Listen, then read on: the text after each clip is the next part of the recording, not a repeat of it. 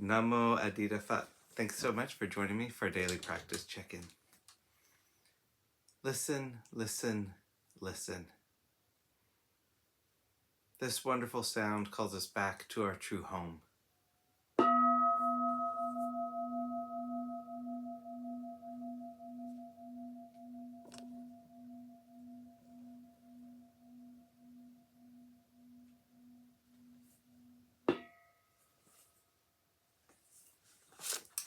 The second mindfulness training.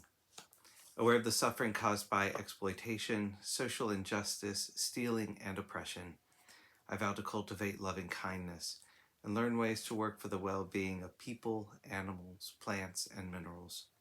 I will practice generosity by sharing my time, energy, and material resources with those who are in real need. I'm determined not to steal and not to possess anything that should belong to others. I will respect the property of others, but I will prevent others from profiting from human suffering or the suffering of other species on earth.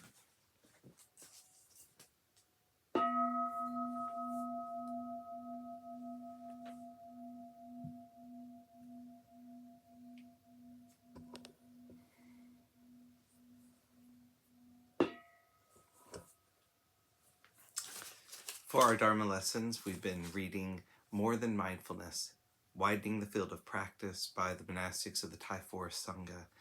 Today we're finishing a talk by Ajahn Sumedho called The Four Foundations of Mindfulness. The fourth foundation is mindfulness of Dhamma, the way things are. You are using the Dhamma teachings as we have them from the Buddha.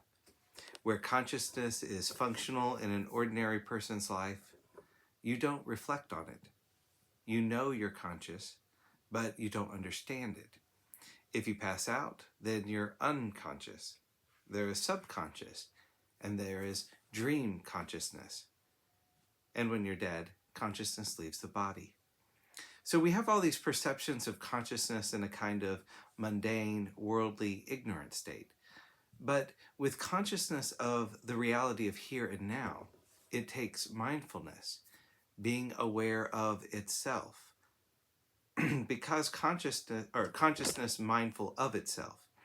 Because consciousness isn't a condition that is born and dies. Out of ignorance, we tend to be attached to conditions that begin and end. And that is lacking in wisdom. We don't have wisdom, even though we're fully conscious individuals. We don't understand it. We have no perspective on it.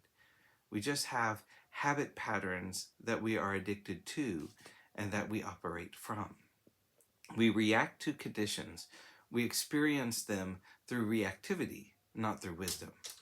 The Four Noble Truths are teachings pointing inwards. We're not trying to find nibbana externally. You don't have to go to India or to an ashram.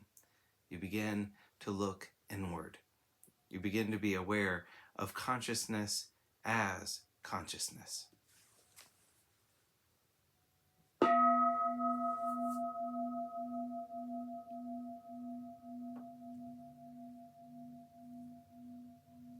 May all beings be well. May all beings be happy. May all beings be peaceful.